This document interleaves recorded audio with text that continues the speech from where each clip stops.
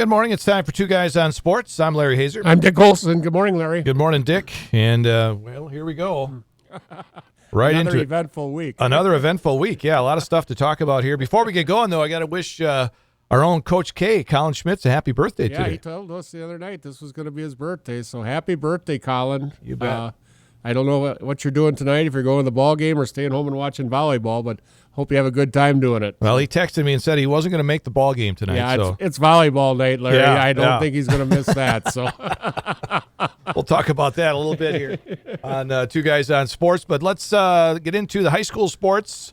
Girls basketball, they're into the Cloverbelt Conference season now, and two teams that are unbeaten early in the Cloverbelt East go head-to-head tonight. going to battle tonight up in Loyal. The Warriors going up to Loyal to face the Greyhounds. Both teams took a loss this week in non-conference play, Larry. Neillsville losing at home to Fall Creek, a narrow loss, and then Loyal really when Assumption came into Loyal and really gave them a thumping. Yeah. I believe it was 80-30. But, 80-30, yeah. Yeah, that just shows you how good Assumption is this year too. So, but getting back to the Warriors, very nice win on Friday night against Columbus, who many people considered maybe the second best team in the conference. And Columbus came out with guns a-blazing. They did. They were up 12-3 early, and the Warriors were having a tough time getting shots to drop. But little by little, they crawled back in, and then right before half, they went on about a 9-0 run and took a 6-point lead. And it was just the second half was just all Warriors. The second half, they got out on those shooters, Larry, Yeah. and just took the offense away from Columbus. So Neillsville and Loyal, both 2-0 in the Eastern Cloverbelt, meet tonight in Loyal, 7:15 on 92.7 WPKG. And right now, Greenwood, Owen Withy, Columbus Catholic, and Gilman all 1-1 Yep. in that Eastern Cloverbelt Yeah, Conference. Greenwood going up against beating Owen Withy, who I thought Owen Withy, I had looked for them to be in the top 4 this year, but Greenwood went up there and beat them. So good for Greenwood because they had taken it pretty good from Neillsville in the conference opener. Yeah, right. Speaking of high school girls, speaking of Fall Creek, Larry, Coach Jason Martzke last week got his 400th career win, and so congratulations to him.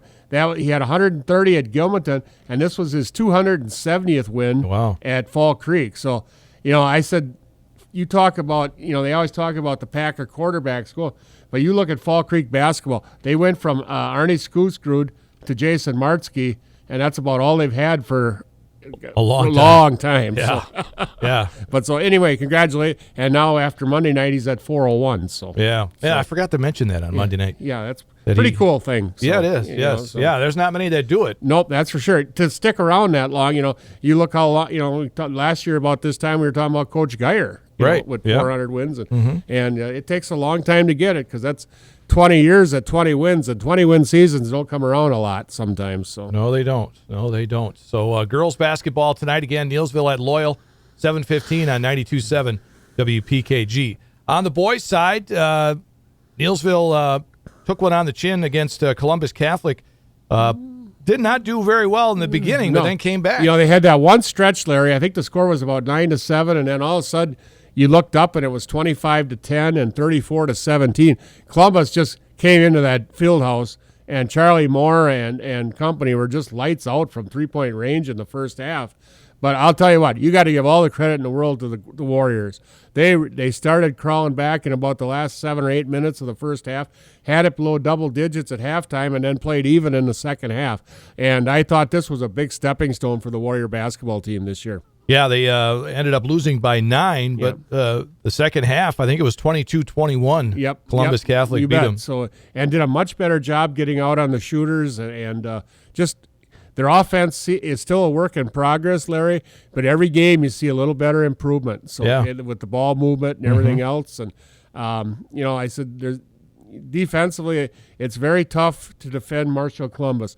Their ball movement is so excellent. If you sit there and watch them in person, that ball does not touch the floor very often. No. When it's in their hands, it's either going to the hoop or it's going quickly to another player. And it is fun to watch them play. Yeah. Not against your own team, but they are fun to watch. Or if you're facing them, it's not fun because you got to have your eye on the ball the whole time because it moves. And, of course, they're very senior-oriented this year. And these guys know what's going on. So Yeah. So Columbus Catholic moves to 2-0 in the conference, 5-0 overall, and they're number 2 ranked in Division 5. Yeah, so they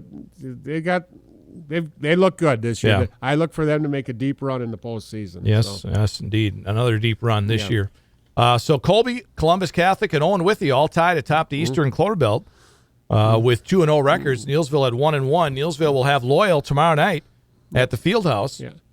Greyhounds also 1-1. Yeah, Loyal. Loyal is a work in progress. They start 3 sophomores, Larry. Yep. And these 3 guys also got a lot of playing time as freshmen, so they're still a work in progress. But they're always going to be dangerous because they can. The Deegan kid is playing very well, and then Stiglitz and Tolfar, and then you got a few others, and it's a team you got to be very wary about. So.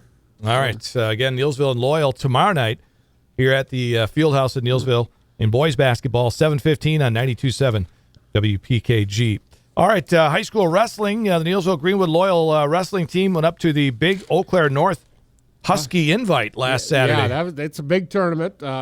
Only 28 teams this year. They had a few drop out, but anyway, I give credit to the Neilsville coaching staff. There's a lot of Division D1 schools there, Larry. Yeah. So they took some of their young kids, and there's a JV tournament that runs simultaneously with the varsity tournament, and they wrestled some of these kids in varsity rather than throwing them to the wolves from Minneapolis Simley and Arrowhead and Kaukauna and Wisconsin Rapids. So, but on the varsity side, Chase Littner, from Loyal, 106 pounds, 8th place. And I believe Chase is only a freshman. And then Ridge Tibbett, another strong 8th at 113 pounds. Gavin McFarland, I keep mentioning that Dane Luchterhahn is the only senior. He is not. Gavin McFarland, a senior, and Gavin is now at 150. He had to wait a couple weeks till his fat test went through, but he is now solidly at 157 pounds, and he finished 9th up there. Jake Luchterhahn, 10th at 165. Dane Luchterhahn, 6th at 175 pounds. And then another senior, Damian Sampson, finished 14th at 190. And then Jackson Meyer, the freshman heavyweight, 5th up there. Another nice, impressive job for him. So he's wrestling all pretty much juniors and seniors, and off to a pretty good start with placings both at Black River Falls and at the Husky Invitational. So, but on the JV side, Josh Rice, first place at 117 to 120 bracket. Adam Kultzer, first at 119, 133 bracket. Mikey Harris finished 5th at 135. Jerome Buchanan, 3rd at 144. Another Buchanan coming up, Larry. Evan Kultzer, 1st at 142. And then Joseph Dull, 4th at 156.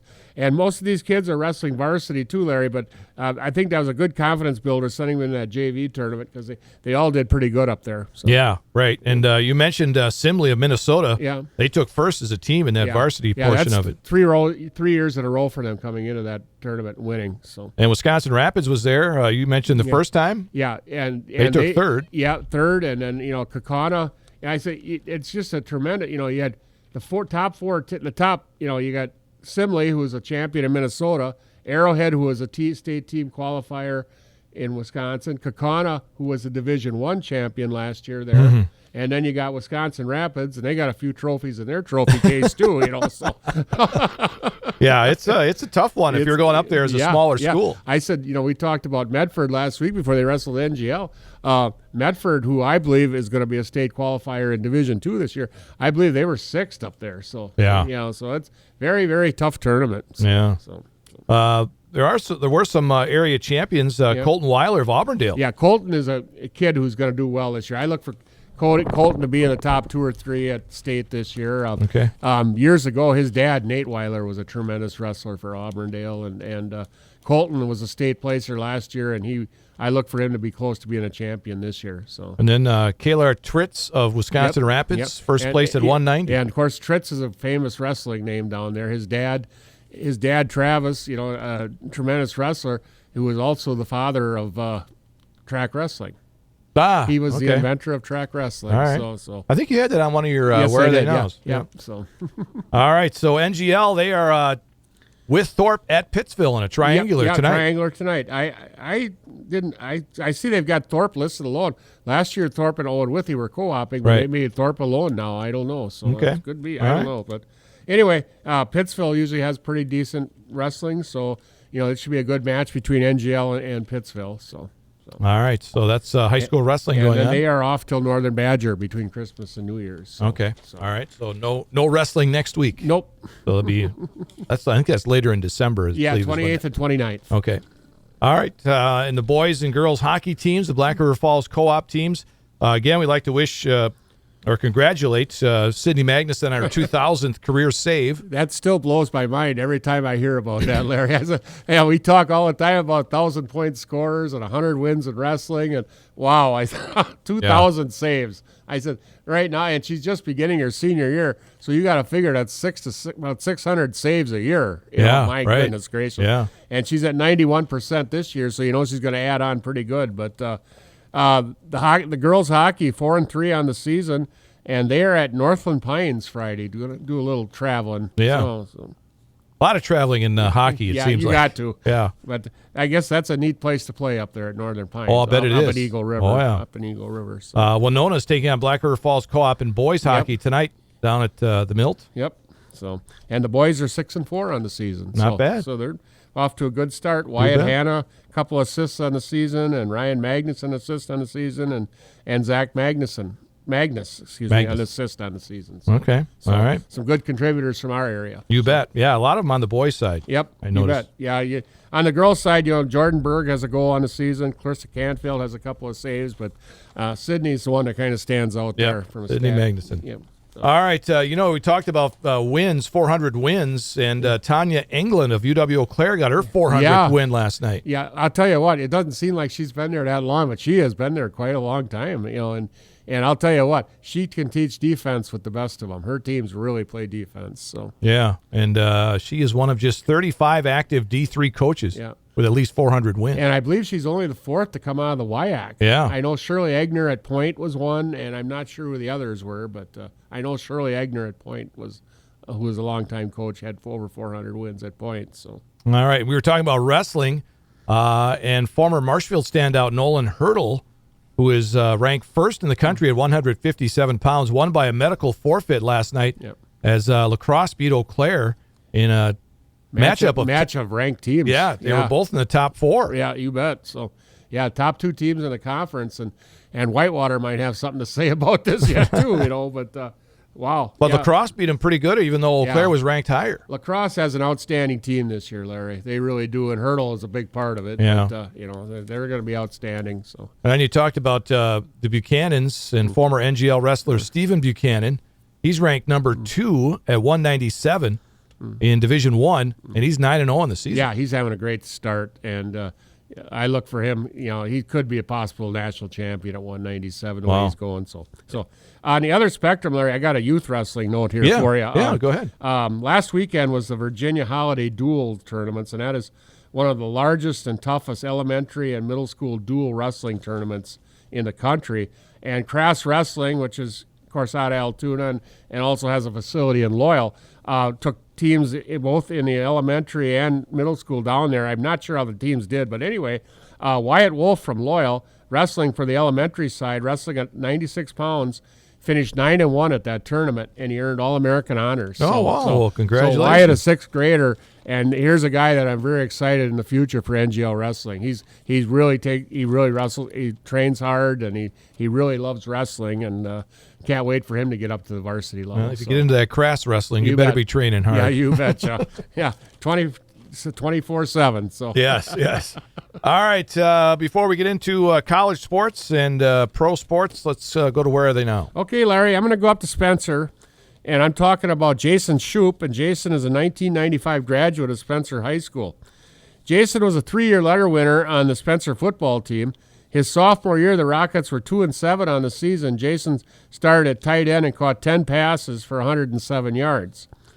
His junior year, the Rockets were 3-6 on the season. Jason caught 15 passes for 155 yards and 2 touchdowns. And on defense, he started at linebacker and had 57 tackles. He was honorable mention All-Merwood on offense. His senior year, the Rockets were again 3-6. Jason caught 18 passes for 140 yards and 3 touchdowns and had 72 tackles on defense. He was second team all-conference on offense. In the winter, Jason was a member of the Rocket basketball team. His sophomore year, the Rockets were 13-10 on the season, losing in the regionals to eventual Division III state champion Auburndale. Jason averaged 4 points a game on the season. His junior year, the Rockets were 14-8, again falling in the regionals. Jason averaged 12 points and 7 rebounds per game and was honorable mention selection on the All-Marywood team. His senior year, the Rockets were 15-9, losing in the regional finals to Auburndale, who would win the Division III state championship that year. Jason averaged 15 points and 8 rebounds per game and was first team All-Marywood. In the spring, Jason was a 4-year letter winner on the Rocket baseball team. His freshman year, the Rockets were 14-6, losing in the regionals. In his sophomore year, the Rockets were 15-6 on the season. Jason was a starting pitcher, was 8-2 on the season, and batted .315 with 12 RBIs. He was second team All-Marywood as a pitcher. His junior year, the Rockets were 21-6 on the season. They were second in the Marywood that year and were regional and sectional champions, qualifying for the WI Division III state tournament at Athletic Park in Wausau, where they would make the championship game and defeat Bangor 10-5 for the championship. Jason was 8-1 as a pitcher that year and batted .345 with 2 home runs and 20 RBIs. He was first team All-Marywood at first base that year. His senior year, the Rockets were 21-3, Marywood regional and sectional champions, qualifying for the WI Division III state tournament, where they would again make it to the championship game but would lose to Elk Mound 5-0 in the championship game. Jason batted .360 on the year with 4 home runs and 23 RBIs. On the mound, he was 10-0, and he was first team All-Marywood at first base and pitcher, and was named third team All-State at first base. After graduation, Jason earned a scholarship to play baseball at the University of Minnesota. His freshman year, the Gophers were 30-24. Jason, as a relief pitcher, appeared in 6 games with a 9.0 ERA with 5 strikeouts. His sophomore year, the Gophers were 45-15, qualifying for the NCAA baseball tournament, where they would lose in the regionals. Jason, again pitching in relief, appeared in 16 games with a 3-0 record, 2.37 ERA with 11 strikeouts. His junior year, the Gophers were 38-24, losing in the NCAA regionals. Jason appeared in 12 games with a 1-0 record, a 3.52 ERA with 5 strikeouts. His senior year, Minnesota was 39-21. Jason appeared in 15 games with a 3-1 record, a 2.7 ERA with 14 strikeouts. Jason graduated from the University of Minnesota in 2002 with a degree in mathematics education. Today, Jason is a middle school math teacher in the Mosinee School District. His wife, Robin, is also a middle school math teacher in the Mosinee School District. Jason is also a varsity assistant coach on both the boys basketball team and the baseball team. Jason and Robin and their family reside in Mosinee. Jason Shoup, Larry. I remember that. Yeah. Outstanding pitcher. Outstanding baseball teams for the 94-95 for the under Coach Kip Nordstrom. Yeah, So, yeah, he was excellent pitcher. you betcha. Yeah, almost won 2 state championships in Yeah, a row. betcha. Yeah, pretty good teams. So Yeah, yeah. All right, Jason Shoup. Remember that name. Yep. All right, where are they now? We'll go on to college basketball, where the number 23 Wisconsin Badgers have a game tonight against Jacksonville State. yeah, and that game is getting pushed back to 6:00, Larry, so that it can be done in time so that everybody can enjoy the festivities later with the volleyball team. But last weekend, the Badgers traveled out to Arizona and took on the number 1 Arizona team, but took a pretty good beating out there. But didn't affect their rankings as they held on to a 23rd in the country. Yeah, So- All right, so the Badgers tonight, that is a 6:00 start on the Big Ten Network. Yep. And, they hold on to number 23, and they had the freshman of the week again this week, Yeah. and John Blackwell. Yeah, he's really taking off pretty good for him. So All right, and the women's basketball team from Wisconsin got a win last night. Yeah. They played St. Thomas and won that game. yeah. So they are. Yeah, it seems like continuing the their coach winning there ways. has got things going in the right Yeah. directions. getting a couple of recruits or so from Wisconsin. I see they signed Gracie Gresh, who's the big star from Green Bay Notre Dame. Okay. All right. She's That's a senior good. there, and Notre Dame has, of course, been probably the top Division II program in the state for the last few years. So. And the NCAA volleyball semifinals tonight, and of course Wisconsin is involved. We've been talking about them. Nebraska takes on Pittsburgh in the first semifinal at 6 in Tampa, Florida, and then the Badgers take on Texas in the second one at 8:30.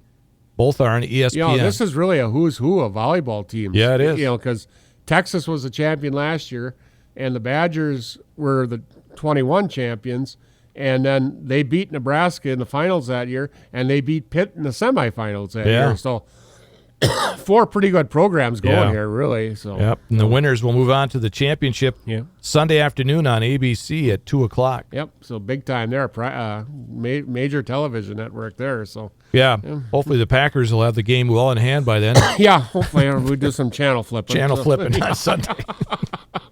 Well, the NCAA football bowl schedule gets underway on Saturday with 7 bowls on the schedule. Isn't that something? I had to write down some of these because I sure couldn't remember some of the names. So. No. But the Myrtle Beach Bowl, Yes. Georgia Southern and Ohio State.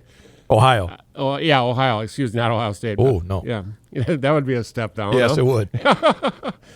The Cricket Celebration Bowl, and that's in Atlanta, and that's Howard and Florida A&M. The R&L Carriers New Orleans Bowl, and that's Jacksonville State and Louisiana. The Avocados from Mexican Cure Bowl. Yeah. Okay, and that is Miami of Ohio and Appalachian State. Was it Isleta, New Mexico Bowl, and New Mexico State and Fresno State. The LA Bowl, and that's at the big stadium out there, UCLA and Boise State. That's a pretty good matchup. Yeah, not bad. Pretty good team there, and then the Radiance Technology Independence Bowl. And of course, that's the old Independence Bowl. That's in Shreveport, Louisiana. Badgers played in that a couple of times. Oh, yeah. So, and that is Cal versus Texas Tech. Another nice matchup there. So, Back in the day, that Independence Bowl was one of the first bowls. absolutely, yeah, that and the Garden State Bowl. Garden State Bowl, Out in yes. New Jersey. Yeah. Those were always like the first ones that were on I the said, list. I think in '82 the Badgers played in just a complete downpour down there, but they eked, I forget who they played, but they eked out a win. I remember that. So Yeah. And then Coach K reminded me that the famous Toastery Bowl is coming up on Monday oh, afternoon. good. That one in Charlotte, North Carolina. It's Western Kentucky against Old Dominion. Yeah, I guess I'm waiting for the Duke's Mayo Bowl. That's Yeah. That one is until next Wednesday. Yeah, Or no, actually I Wednesday guess after. I'll never forget that when Graham Mertz Yeah. dropped the trophy there. Yeah.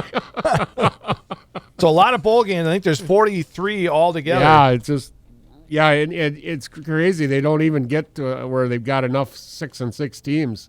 Yeah, they have to go down to a 5-7 team or so to finish them. So, But 7 bowl games on the schedule for this Saturday. Yeah, and College football. they show up pretty much on all of the ESPN family of networks, I think, somewhere. So Somewhere along the line, yes, Yeah, they will all be there. Yep. So Packers took one on the chin on Monday night out in New York. they did everything they could to lose that game, Larry.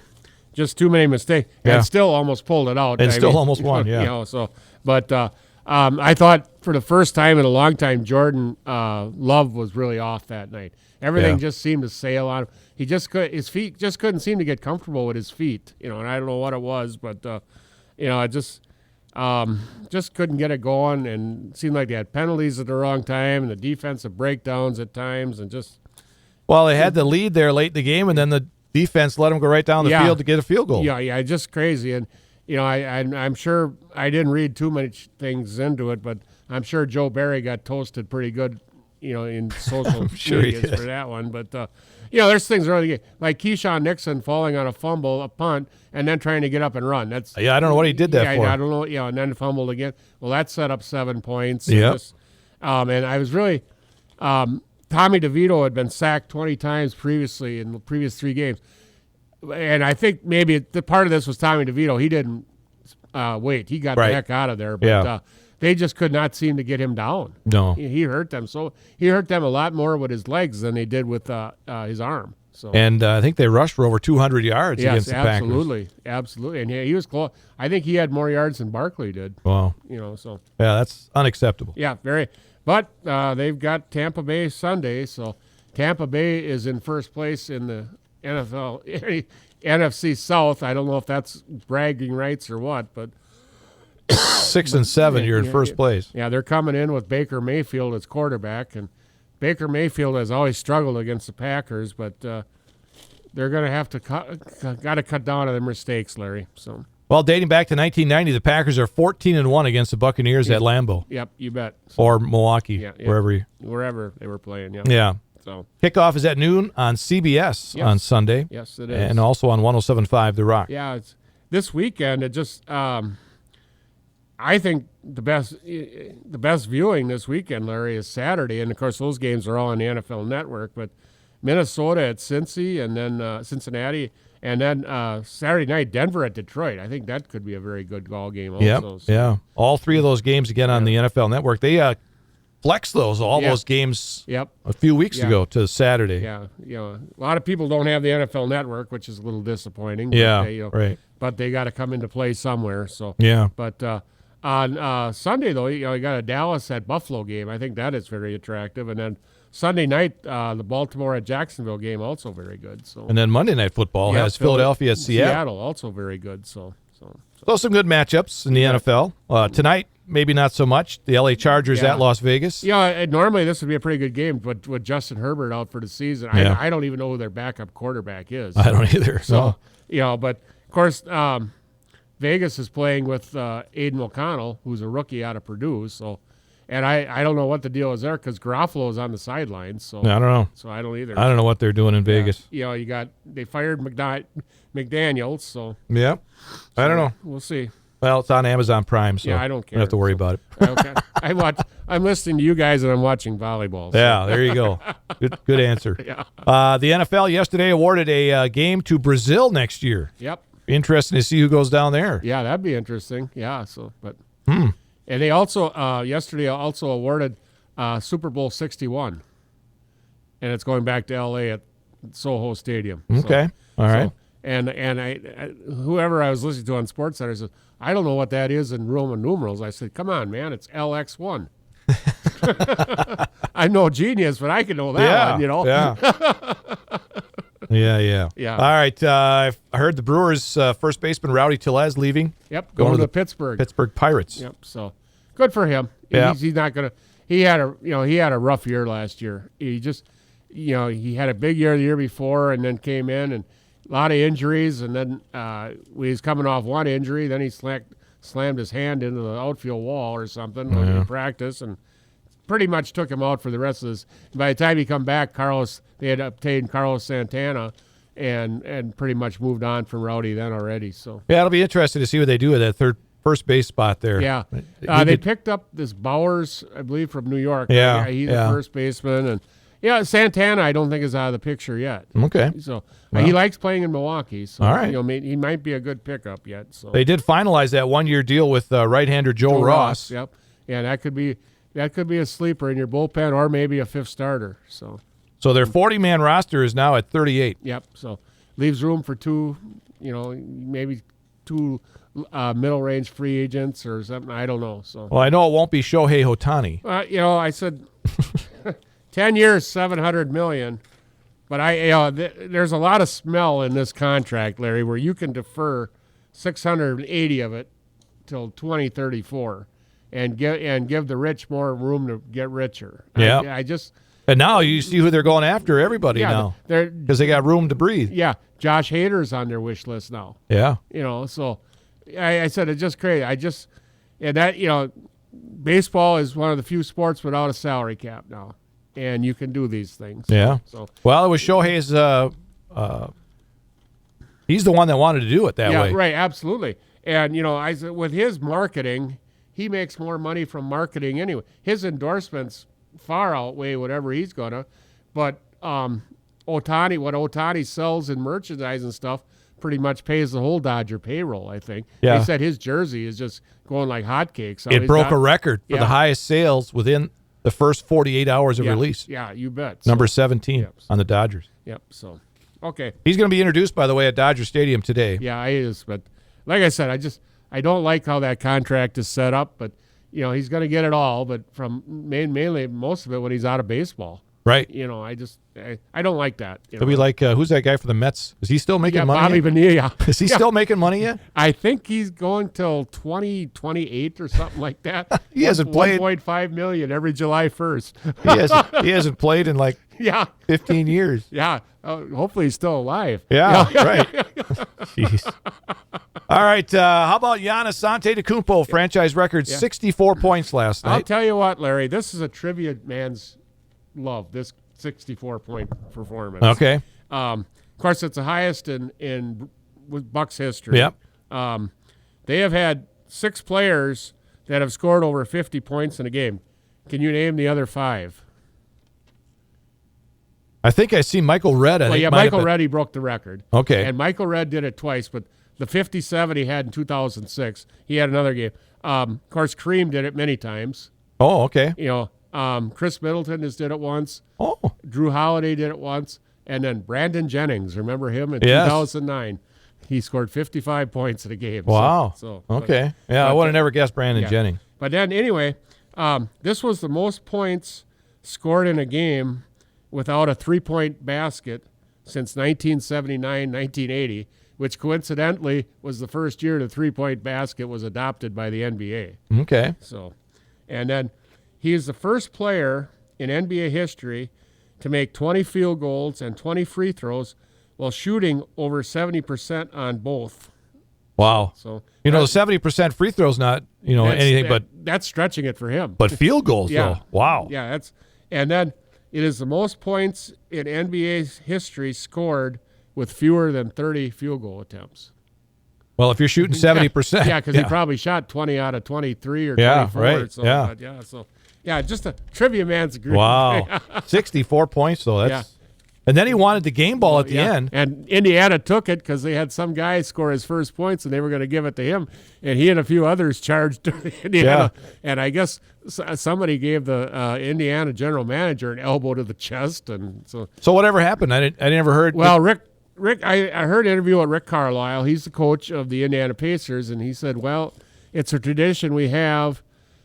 But he goes, we weren't thinking about Giannis, or also Lillard moved into 5th all time on 3-point baskets last night. So, so they want.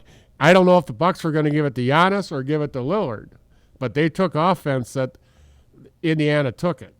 So did the Bucks get it back? I didn't hear. I have no idea. Yeah, I didn't hear anything. I don't know. I guess there was a fracas outside the Indiana locker room. I didn't hear if anything was resolved. Yeah. But Giannis went charging after it. And I'm thinking he wanted to give it to Damian Lillard. Oh, because what he had. But you score 64 points, you kind of like to have that actual basketball on your mantle too. Right. And it's the Bucks might even want it. Yeah, absolutely. Because it's topping their for their franchise. Who knows if that record could ever be broken? Right. Right. Yeah. Oscar Shibwe was the guy that got the. And Giannis also said, he says, I mean this is no offense to the young man who scored his first points. It's a big thing for him too. But he said this is a bigger thing. Yeah. Wow. And I always thought the winning team got the game ball anyway. I thought, that's usually how it works. I don't think losers took the game ball, so that's usually how it works anyway. You bet. I don't know. So. And also, Draymond Green got suspended indefinitely by the NBA. Well, he's had a lot of issues over the years, a lot of suspensions, and this was a cold cock to the Phoenix player. That one was nasty. That dropped him. He looked like a heavyweight champion getting dropped right there. And then it's funny because Draymond said he didn't mean to do it. Oh my God, I seen it. No, he meant that was to do intentional. Yeah, everything that thing that young man does, because I think he has a lot of anger issues, and everything he does seems to be intentional. So. I'd be kind of scared to play him. Oh boy, yeah. He does nothing but hurt your team, and you got to give the Warriors credit. They've overcome a lot with him, and he has been a vital part of their team. But you just can't keep doing things like that. So moving on here with the NBA, when Victor Wembanyama was drafted by the Spurs, I remember the Spurs fans just went nuts thinking that, hey, this is going to be 18th straight loss. Yeah, I said right now, isn't that it's a weird thing right now? You got two teams with you got the Pistons with a 21 game losing streak, and San Antonio with an 18 game. But it's like they're both positioned. You know, it's like when Robinson was there alone and he needed Duncan. You know, they positioned himself. Right. Yeah. They probably need the next number one. And he had 30 points against the Lakers. He's doing really well. Yeah, and a big comeback, but they just fell short. But yeah, he was shooting for a tying 3-point bar, and he stuck his leg out, and they called an offensive foul on him towards the end there. But you know, boy, man, he is thin as a rail, though. But he's got game. So, but the team does not have game right now. No. So he has not made a difference. No, not at all. As far as they're winning and losing. Yeah, it's you know, that's just the way, you know, sports are, Larry. Because the worst team usually get the highest draft pick, and it takes a few things to build around them. But right now they have nothing around them at all. So. And that 21 game losing streak by the Pistons is, let's see, 1, 2, 3, 5th most in NBA history. Yeah, they interviewed with Monty Williams, and he says, "Well, I'm hoping to see some anger come out of my locker room pretty soon." Should have been a while back. Yeah, I said, I think about 5 or 6 would have been enough for a You would think. Yeah. Not 21. Yeah. Wow. Yeah. All right. Let's see here. Anything else going on here in the world?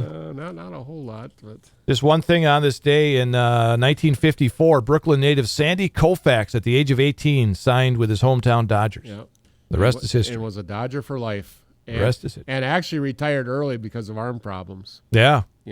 He retired, I believe it was 65, right after 65 or 66, I believe.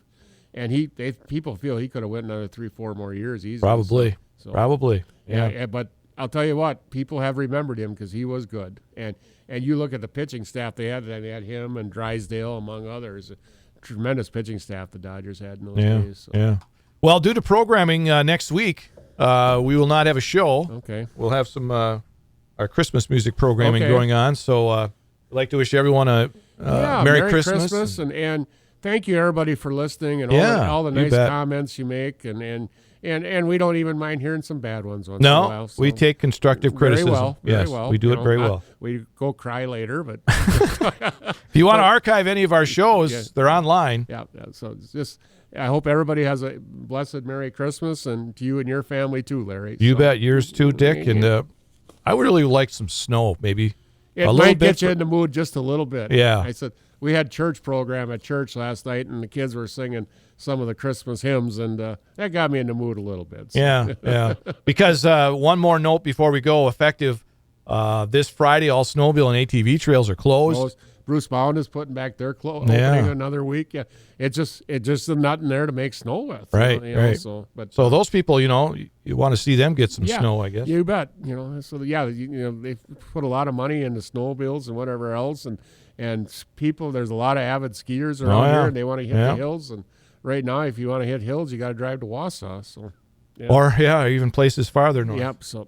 All right. Well, again, Merry Christmas, everyone. Yes. Have a good Christmas, and we'll see you or talk to you again after Christmas. Okay. But we'll be on the radio. Yep. We've got games to do. Yep. We'll be in Auburndale, 28th and 29th, I believe. And we'll be in at Neilsville tomorrow night. Yep. Neilsville and Loyal boys basketball. And Tuesday night too. Stanley Boyd here. There you go. All right, so you'll hear us. Yep. We'll still be around. Yep. Girls basketball tonight, Neilsville at Loyal. Game time 7:15 on 92.7 WPKG. That'll wrap it up here for Two Guys on Sports. I'm Larry Hazer. I'm Dick Olson. We'll talk to you again in a couple weeks.